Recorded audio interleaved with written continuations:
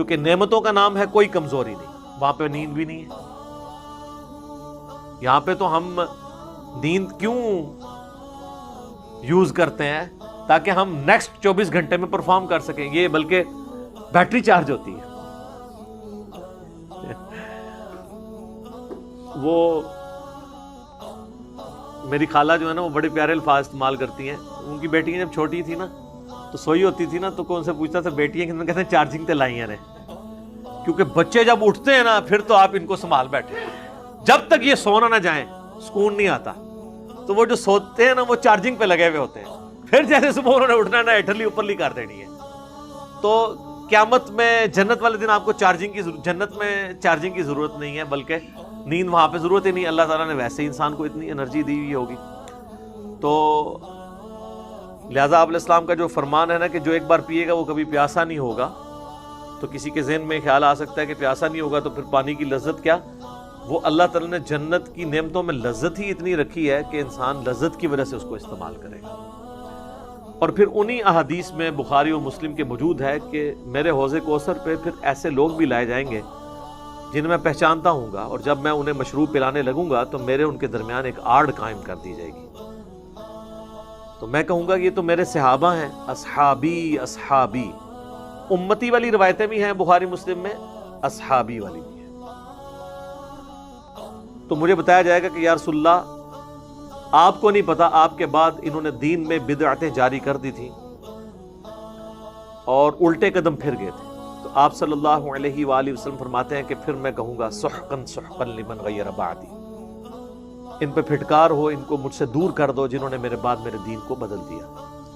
یہ حدیث بخاری اور مسلم دونوں میں ہے، اور حوض کوثر والے چیپٹر میں امام مسلم اسے لے کے آئے ہیں، بخاری میں موجود ہے.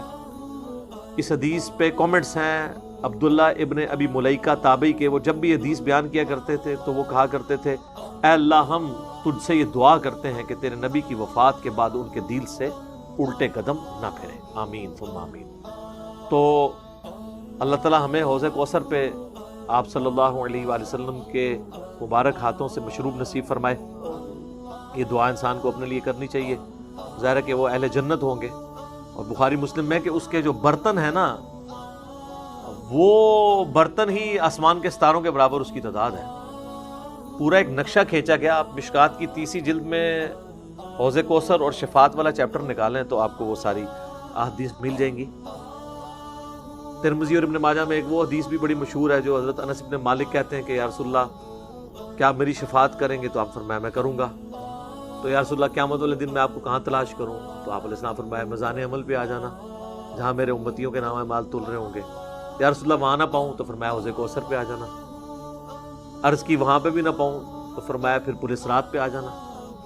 کہا وہاں پہ بھی نہ پاؤں تو آپ فرمایا میں ان 3 جگہوں کے سوا کہیں اور نہیں ہوں گا. یا میں حوض کوثر پہ ہوں گا اپنے پیاسے امتیوں کو مشروب پلا رہا ہوں گا، یا پھر میزان عمل پہ ہوں گا شفاعت کے لیے، یا پھر میں پل صراط پہ ہوں گا اپنے امتیوں کے لیے سلامتی کی دعا کرنے کے لیے. تو یہ 3 جگہیں ہیں جہاں پہ آپ صلی اللہ علیہ وآلہ وسلم کو قیامت والے دن تلاش کیا جا سکتا ہے انشاءاللہ تعالی. تو یہ حوض کوثر میں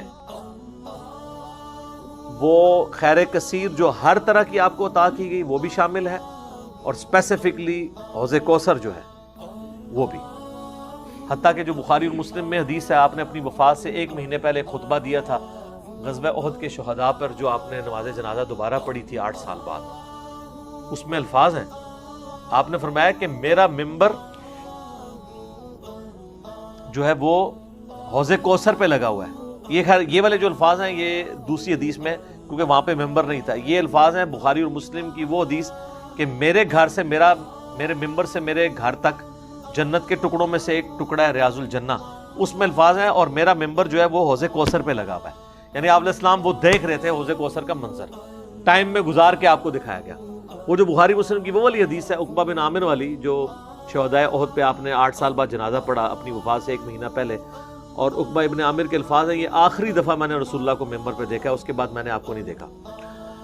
تو اس میں الفاظ ہیں آپ نے فرمایا کہ میں اپنے حوض کوثر کو اس وقت بھی دیکھ رہا ہوں، اور دیکھنا میرے بعد جو ہے وہ مجھے تم سے یہ خطرہ نہیں کہ تم شرک میں مبتلا ہو جاؤ گے، بلکہ مجھے خطرہ ہے کہ تم دنیا کے مال میں پڑ جاؤ گے اور پھر اس کی لالچ میں ایک دوسرے کو قتل کرو گے اور تم بھی تباہ و برباد ہو جاؤ گے جس طرح اگلی قومیں تباہ و برباد ہوگی۔ تو اس میں بھی حوض کوثر کے الفاظ موجود ہیں۔ اور پھر میرے ایک کربلا والے ریسرچ پیپر میں بھی آپ کو پتہ ہے ایک حدیث ہے جو میں نے حوض کوثر کا ذکر اس حدیث کے اندر بھی موجود ہے۔ جب وہ سنن ابی داؤد کی ایک حدیث ہے نا، وہ عبید اللہ ابن زیاد کے پاس ایک وہ آتا ہے، ہاں یہ ابو داؤد کے اندر 4749 ہے۔ ابو طالوت تابعی کہتے ہیں کہ میں ابو برزہ کو میں نے دیکھا کہ وہ گورنر یزید عبید اللہ ابن زیاد کے پاس آئے جب کہ وہ دسترخوان پر تھا، تو اس نے ابو برزہ کو آتے ہوئے دیکھا اور کہا کہ یہ تمہارا ٹھگنا محمدی ہے۔ استغفر اللہ۔ ان کا قد چھوٹا تھا تو ان کا اے گینڈا محمدی، یعنی محمدی اس نے اس لیے کہا کہ وہ حضور کا صحابی تھا۔ تو یہ کتنی سخت توہین کی عبید اللہ ابن زیاد نے۔ یہ وہی خبیث ہے جس کے بارے میں بخاری میں 3748 نمبر حدیث ہے، جس میں امام بخاری نے حسین کے ساتھ علیہ السلام لکھا ہے کہ یہ حضرت حسین کے حسن میں کلام کرنے لگا تو انس ابن مالک نے کہا کہ رسول اللہ کے سب سے زیادہ مشابہت رکھنے والے حسین تھے۔ یہ وہی عبید اللہ ابن زیاد ہے۔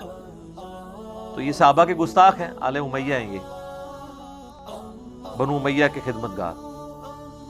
تو اب آپ دیکھیں جب اس نے یہ بات کی نا تو حضرت ابو برزہ اس کی طنزیہ بات کو سمجھ گیا۔ آپ نے فرمایا مجھے گمان نہیں تھا کہ میں ایسے لوگوں کے دور حکومت تک زندہ رہوں گا جو مجھے رسول اللہ کی صحبت پر آر دلائیں گے، کہ میری زندگی میں یہ وقت بھی آنا ہے کہ رسول اللہ کی وجہ سے ہمیں پوری دنیا پہ غلبہ ملا اور اس غلبے کی حکومت کو جو لوگ انجوائے کر رہے ہیں عرب کے بدو، یہ رسول اللہ سے میری نسبت پہ مجھے آر دلائیں گے کہ مجھے کہہ رہے ہیں کہ ٹھگنا محمدی، یعنی پنجابی سے کہتے ہیں گینڈا محمدی، نعوذ باللہ۔